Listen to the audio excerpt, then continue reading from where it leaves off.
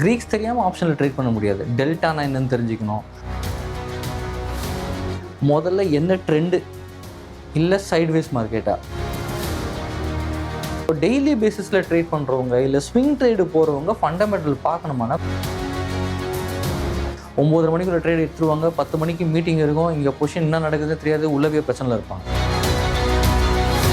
Over trade முதல்ல பண்ணவே கூடாது, அவசரப்பட்டு காசை போடக்கூடாது.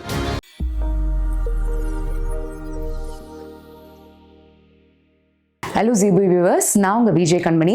ஸோ நம்ம ஜீபு சேனலில் போடுற எல்லா வீடியோஸ், அதுவும் ட்ரேடிங் சம்மந்தப்பட்ட எல்லா வீடியோஸ்லையும் பார்த்தீங்கன்னா டெக்னிக்கல் அனாலிசிஸ் ரொம்ப இம்பார்ட்டன்ட் அப்படின்ற எல்லா வீடியோவிலும் நம்ம சொல்லியிருப்போம். ஆனால் டெக்னிக்கல் அனாலிசிஸ்னால் ஃபஸ்ட்டு என்னது, அதோட பேசிக்ஸை இந்த வீடியோவில் நம்ம பார்க்க போகிறோம். ஸோ அதுக்கு ஒரு கிளியர் எக்ஸ்ப்ளனேஷன் கொடுக்கறதுக்காக மிஸ்டர் லோகநாதன் இணைஞ்சிருக்காரு. ஸோ அவர்கிட்ட கேட்கலாம். Hi sir. வணக்கம் மேடம். எப்படி இருக்கீங்க சார்? குட். நீங்கள் எப்படி இருக்கீங்க? I am doing great sir. Sir, நான் இப்போ வீடியோவில் சொன்ன மாதிரி தான் சார், எல்லாருமே வந்து டெக்னிக்கல் அனாலிசிஸ் ரொம்ப இம்பார்ட்டன்ட் அப்படின்னு சொல்லிகிட்டே இருக்கும். ஆனால் அந்த டெக்னிக்கல் அனாலிசிஸ்னா என்னது, அது ஏன் இவ்வளோ இம்பார்ட்டன்ட்னு சொல்கிறோம்? டெக்னிக்கல் அனாலிசிஸ்ன்றது ஒன்றும் இல்லை மேடம். இப்போ நம்ம ஒரு ஹாஸ்பிட்டல் போனால் நமக்குள்ளே என்ன நடக்குதுன்னு கண்டுபிடிக்கிறது so many டெஸ்ட் இருக்குது இல்லையா? அந்த மாதிரி தான் இங்கே 2 கோடி பேர், 5 கோடி பேர், இல்லை 10 கோடி பேர் ட்ரேட் பண்ணுறாங்க. அத்தனை பேர் கேரக்டரையும் இப்போ இங்கேருந்து என்னால் ஒருத்தனால அனலைஸ் பண்ண முடியுமானா பண்ண முடியாது. பட் அத்தனை பேர் எங்கே ட்ராவல் பண்ணுறாங்கிறத சார்ட்டில் பார்க்க முடியும், ஒரு ப்ரைஸாக பார்க்க முடியும். அதுதான் டெக்னிக்கல் அனாலிசிஸ்ன்னு நம்ம சொல்கிறோம். Okay sir. டெக்னிக்கல் அனாலிசிஸ்டே எல்லாருக்குமே தெரிஞ்சது இந்த சார்ட் வந்து நல்லா படிக்க தெரிஞ்சிருக்கணும். அது தெரிஞ்சால் தான் நம்மளால் ட்ரேடிங்கே பண்ண முடியும்னு. ஸோ அந்த சார்ட்டை பற்றி டிஸ்கிரைப் பண்ண முடியுமா? அதில் என்னென்ன காம்போனன்ட்ஸ் இருக்குது, என்னென்ன டைப்ஸ் இருக்குன்னு? சார்ட்டை பொறுத்த வரைக்கும் மெயின் வந்து கேண்டில் ஸ்டிக், அதாவது ஜாப்பனீஸ் கண்டுபிடிச்ச ஜாப்பனீஸ் கேண்டில் ஸ்டிக் அப்படின்னு நம்ம சொல்கிறோம். இது ஒரு கேண்டிலை பொறுத்த வரைக்கும் மார்க்கெட்டில் அடுத்து என்ன நடக்க போகுதுன்றதை ஒரு கேண்டில் நமக்கு ரொம்ப தெளிவாகவே சொல்லும். வெறும் கேண்டிலை மட்டுமே பார்க்காம இது இப்போ லைவில் இருக்க கேண்டில்ஸ் இல்லாமல் பின்னாடி என்ன நடந்திருக்கு ஹிஸ்ட்ரியை போய் பார்த்து இப்போ மார்க்கெட்டில் அது எங்கெல்லாம் ரிப்பீட் ஆகும்னு கண்டுபிடிக்க முடியும்.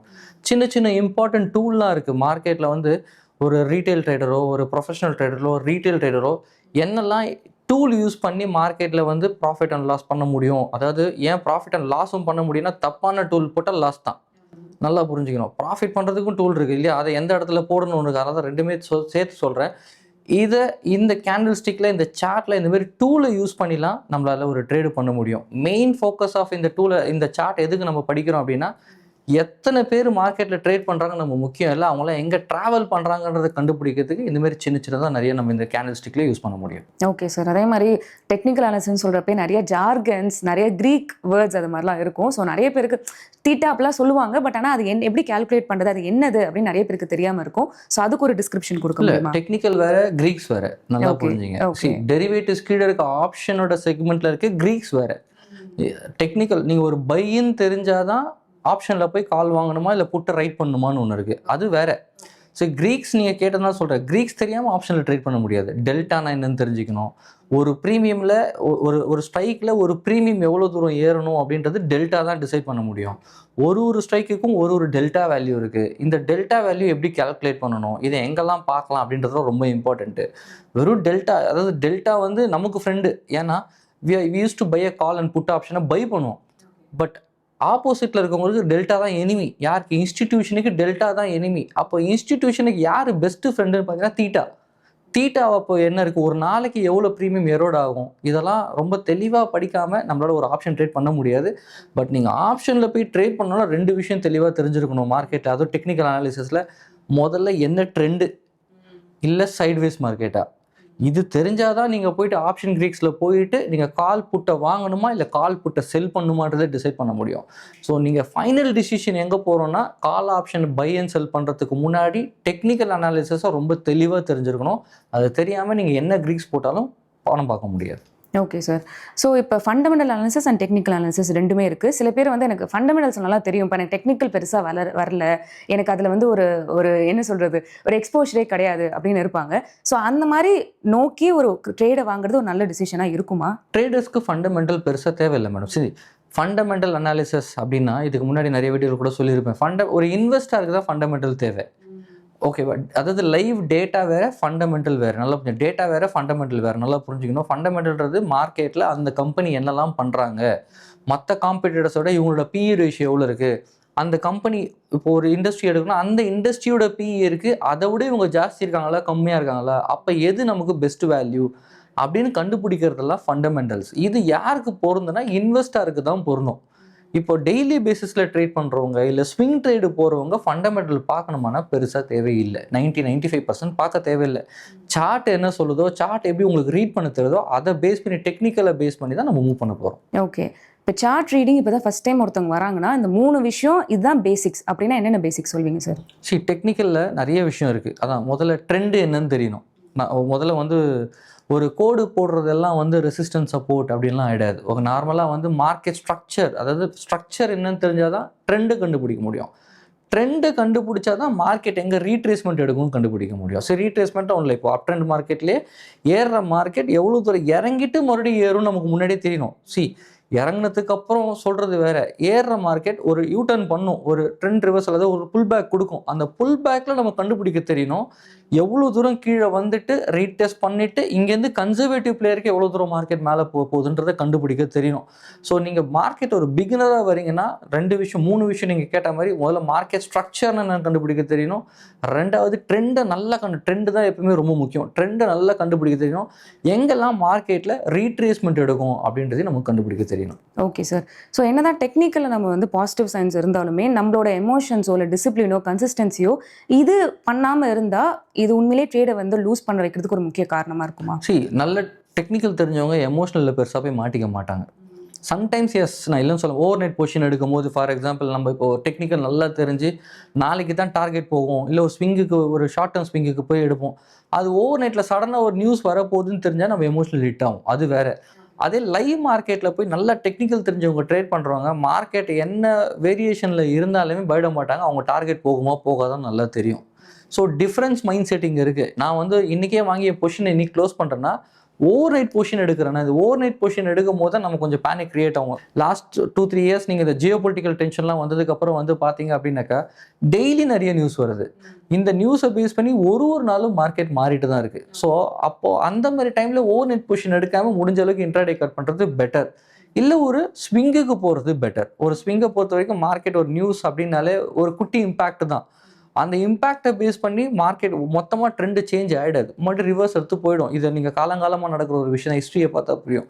அவங்களாம் பயப்பட போகிறது இல்லை. ஸோ பர்டிகுலராக சார்ட்டை பார்த்து, நியூஸ் வராமல் சார்ட்டை பார்த்து பிஹேவியர் அப்படின்னு பார்க்கும்போது பயம் பெருசாக வரப்போகிறது இல்லை மேடம், தாராளமாக பண்ணலாம். Okay sir. ஸோ நம்ம பிகினர்ஸ்னு சொல்கிறப்போ ட்ரேடிங் பண்ணணும்னு அவங்களுக்கு இருக்கும்.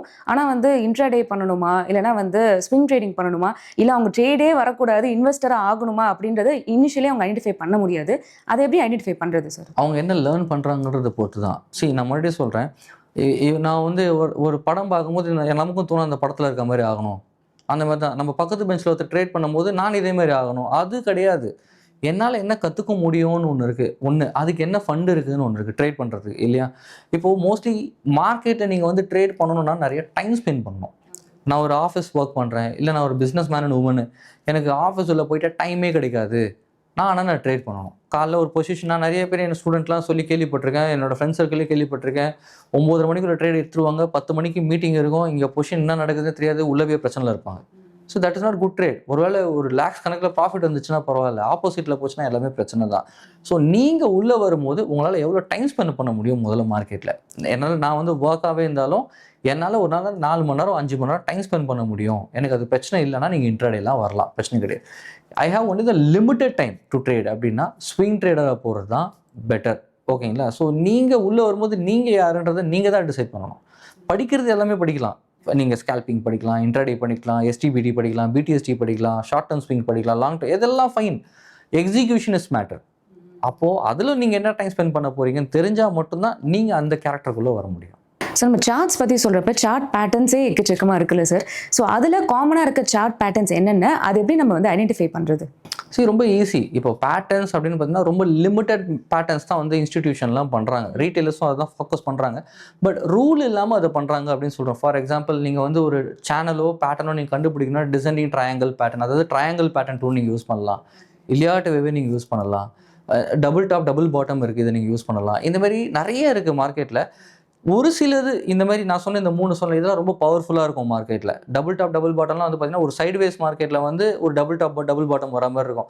நம்மளால ட்ரெண்டை ரொம்ப இந்த பேட்டர்னை பேஸ் பண்ணி ரொம்ப தெளிவாகவே கண்டுபிடிக்க முடியும். இன்னும் ட்ரை பேட்டர்ன் நம்ம சொல்லலாம், டைமண்ட் பேட்டர்ன் சொல்லலாம், இந்த மாதிரி நிறையா இருக்குது. நமக்கு என்ன வேணும் அதான் சொல்கிறேன். இப்போ நம்ம இன்ட்ராடேனா அதுக்கேற்ற மாதிரி இந்த பேட்டர்ன்ஸ் இப்போ நீங்கள் டிசெண்டிங் அசெண்டிங்லாம் எடுத்தீங்கன்னா ஒரு இன்ட்ராடே பிளேஸ்க்காக போட முடியுமானா போட முடியாது. அதெல்லாம் ஸ்விங்குக்கு நல்லா யூஸ் ஆகும். இப்போ இதே நீங்கள் டபுள் டாப் டபுள் பாட்டம்லாம் போடுறீங்க அப்படின்னாக்கா டெக்னிக்கல் அனாலிசிஸில் பேட்டர்ன் கண்டுபிடிக்கலாம், இன்ட்ராடே பிளேயருக்கு நல்லாவே பண்ணலாம். ஸோ ஒரு பேட்டர்னும் ஒரு ட்ரேடருக்கு சப்ஜெக்ட் மாறுதுங்க. ஸோ ஈஸி, அதெல்லாம் இந்த பேட்டர்ன்ஸை கண்டுபிடிக்கிறது ஈஸி. முதல்ல நம்ம யாரும் நம்ம கண்டுபிடிச்சிட்டோம்னா பேட்டர்ன் ரொம்ப ஈஸி. Okay sir. இப்போ நியூவாக ஒரு பர்சன் உள்ளுக்குள்ளே வராங்க, மார்க்கெட்டுக்குள்ளே வராங்கன்னா உங்களோட எக்ஸ்பீரியன்ஸில் அவங்களுக்கு என்ன அட்வைஸ் கொடுப்பீங்க? ஓவர் ட்ரேட் முதல்ல பண்ணவே கூடாது, அவசரப்பட்டு காசை போடக்கூடாது. Funding loading is very easy, pain பண்ணுறது ரொம்ப ஈஸி. நல்லா பெயின் அந்த பெயின் பண்ண அமௌண்ட்டை டபுள் பண்ணுறது ரொம்ப கஷ்டம். ஓகேங்களா? முதல்ல மார்க்கெட்டில் நாங்களாம் எப்படி பண்ணுறோம், கிளாஸஸ் எப்படி எடுக்கிறோன்னா, முதல்ல மார்க்கெட்டில் எங்கள் ஸ்டூடெண்ட்ஸை நான் முதல்ல ரிட்டன் டெஸ்ட்லாம் வைக்கிறேன். இட்ஸ் லைக் எ ஸ்கூல், வேறு there is no other option. ஏன்னா அதுக்கே 10 பேர் வரமாட்றாங்க. கிளாஸுக்கு வராங்க, சார் நாளைக்கு டெஸ்ட் இருக்குது சார் இத்தனை மணிக்குன்னா, சார் இன்றைக்கி தான் ஆஃபீஸ் போகணும், இன்றைக்கி தான் மீட்டிங் இருக்குது, இன்றைக்கி தான் ஒய்ஃப் நான் ஹாஸ்பிட்டலுக்கு போகணும், பேக் டு ஸ்கூலு. இப்போ சொல்லுங்கள், அவங்களால ட்ரேட் பண்ண முடியுமா? இப்போ நான் என்ன அட்வைஸ் பண்ணாலும் அவங்கள ஜெயிக்க முடியுமா? பிகாஸ் ஃபீ பே பண்ணிட்டாங்க, நல்லா புரிஞ்சுங்க. ஆனால் டெஸ்ட்டுக்கு ப்ராக்டிஸ்க்கே வர மாட்டாங்க. ஃபைனல் நீ ட்ரேடிங் டே ஃப்ளோவில் உட்காந்து ட்ரேட் பண்ணோன்னா எல்லாருமே வந்துடுவாங்க. ஏன்னா எதுவுமே தெரியலனாலும் என்ன பண்ணி ஆகணும், ஜெயிச்சாகணும்னு வந்துடுறாங்க. ஸோ என்னோட அட்வைஸ் என்ன தெரியுமா, நிறையா ப்ராக்டிஸ் அண்ட் டெஸ்ட் பண்ணுங்கள். நம்ம என்ன சொல்லி கொடுக்குறோமோ ஒரு தடவைக்கு 10 தடவை பண்ணுங்கள். மெயின் ரீசன் என்ன தெரியுமா, இப்போது எல்லாருமே எல்லா ஹியூமனும் தான் சொல்கிறேன், ஓகேங்களா? நைட்டு தூங்குறதுக்கு முன்னாடி எவ்ரிபடி யூஸிங் இன்ஸ்டாகிராம் ஸ்க்ரோல் பண்ணினே தான் இருக்கும் இல்லையா? ஃபேஸ்புக் பார்க்காம இல்லை யூடியூப் பார்க்காம, ஏன் அந்த டைமில் யூஎஸ் மார்க்கெட் என்ன ரன் ஆகுதுன்னு பார்க்கல. மேட்டர் ஆஃப் 15 மினிட்ஸ் இல்லை. ஸோ கொஞ்ச நேரம் நாளைக்கு நீங்கள் ஜெயிக்கணும்னு நினச்சிங்கன்னா இந்த ஹோம்ஒர்க் எல்லாம் கொஞ்சம் பண்ணணும். ஸோ நீங்கள் உங்களை கொஞ்சம் ப்ரொஃபஷ்னலாக சேஞ்ச் பண்ணிக்கணும். இதுதான் ஃபஸ்ட்டு உங்களுக்கு நான் கொடுக்குற அட்வைஸே. நீங்கள் இதெல்லாம் சேஞ்ச் பண்ணாமல் நைட்டு யூஎஸ் மார்க்கெட் என்ன நடக்குதுன்னு பண்ணாமல் கிஃப்ட் நிஃப்டினா என்ன நிறைய பேருக்கு தெரியாது. கிஃப்ட் நிஃப்டினா என்னன்னு தெரியாமல், சிங்கப்பூர் மார்க்கெட் எப்படி ஒர்க் ஆகுதுன்னு தெரியாமல், இதெல்லாம் பார்க்காம 9:15 மணிக்கு நம்ம மார்க்கெட்டுக்குள்ளே வந்து ட்ரேட் பண்ணணும்னு வந்துடும். கொஞ்சம் அதெல்லாம் ஸ்டடி பண்ணிட்டு வரவங்க தான் மார்க்கெட்டில் நீ ட்ரேடு பண்ணலாமா வேணாமனு டிசைட் பண்ண முடியும். ஸோ இதை ஃபாலோ பண்ணுறது தான் பெட்டர். கண்டிப்பாக சார், கண்டிப்பாக நீங்கள் சொன்ன இன்ஃபர்மேஷன் எல்லாருக்குமே யூஸ்ஃபுல்லாக இருந்திருக்கும். பிகாஸ் டெக்னிக்கல் அனாலிசிஸ்லேருந்து ஒரு பிகினர் எப்படி வந்து ஒரு நம்ம யார் என்ன மாதிரி ஒரு ட்ரேடர்னு சூஸ் பண்ணுறது வரைக்கும் எல்லாமே நீங்கள் விஷயம் சொன்னீங்க. So thank you for this conversation. And audience, உங்களுக்கு நாங்கள் வேறு ஏதாவது வந்து டாபிக் பற்றி டிஸ்கஸ் பண்ணணும்னு இருந்துச்சுன்னா மறக்காமல் அந்த டாப்பிக்கை கமெண்ட் பாக்ஸில் கமெண்ட் பண்ணுங்கள். ஜீபு யூடியூப் சேனலுக்கு சப்ஸ்கிரைப் பண்ணிக்கோங்க. தேங்க்யூ.